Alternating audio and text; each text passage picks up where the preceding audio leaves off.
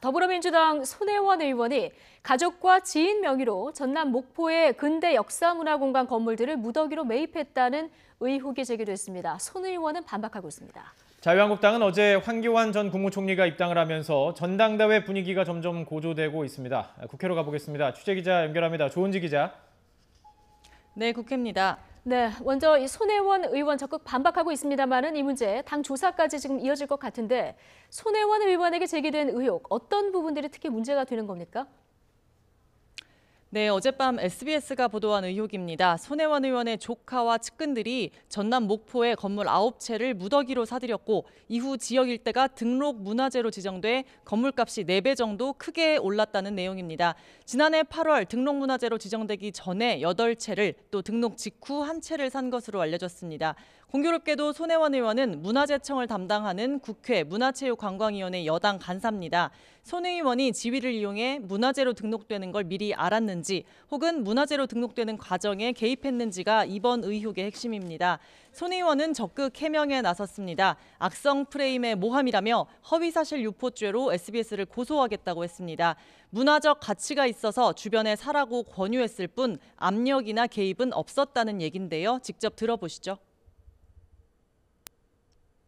거기 있는 목조 주택들을 리모델링을 하면 아주 문화적 가치가 있는 그런 갤러리나 카페나 음식점이나 이런 것들이 될 수 있겠다라고 해서 제가 사람들을 권유한 것이고 그런데 제 말을 들은 사람들이 거의 없었습니다. 그러니까 제가 돈을 대준 제 조카 둘과 제 보좌관 한 명만이 그 얘기를 들은 것이죠. 네, 손 의원은 해명하고 있지만 일파만파 논란이 커지자 더불어민주당도 당 차원에서 조사에 나서기로 했습니다.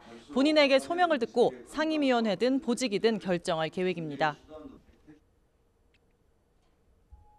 사실관계 확인을 해서 본인의 소명도 듣고 또 필요한 것들은 또 관련된 사람이든 기관이든 해서 할 수 있는 대로 제가 조사를 해서 그 결과를 놓고 당 지도부하고 함께 논의해서 결정하도록 하겠습니다. 네, 자유한국당 상황도 짚어보겠습니다. 어제 황교안 전 국무총리가 입당을 하면서 전당대회 흥행을 일단 성공한 분위기네요. 네, 대선 예비 경선이라는 말까지 나옵니다. 황교안 전 국무총리는 보수 진영의 차기 대권주자 지지도에서 1위를 달리고 있죠. 어제 입당식에서 차기 당권을 노리냐는 질문에 국민 말씀을 먼저 듣겠다 이렇게 말하면서 확답하지 않았습니다. 하지만 전당대회에 출마할 거라는 분석이 지배적입니다. 황교안 효과 때문인지 당권 주자들의 정중동 행보가 감지됩니다. 앞서 당대표 출마에 수차례 손사래를 쳤던 김병준 비상대책위원장, 오늘 결이 조금 다른 발언이 나왔습니다. 아침 YTN 라디오에서 당에서 희생을 요구하면 거부할 수 없다며 묘한 여운을 남겼습니다. 비상대책위원으로서 당을 대표하는 자리에 있었는데 어디 멀리 도망해야 갈 수 있겠습니까? 그게 대표직인지 아니면은 또 다른 직인지 그 부분에 대해서는 저는 그렇게 깊이 생각해 본 적이 없습니다.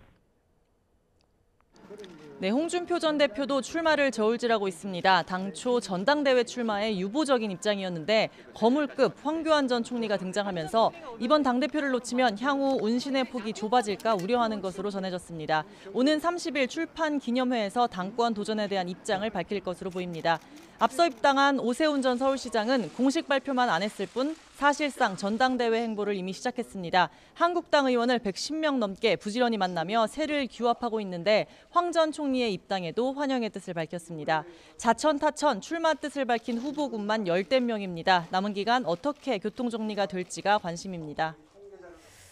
각종 의혹이나 선거 말고도 지금 전국 현안도 굉장히 많은데 이번 달 임시국회는 어떻게 되는 겁니까?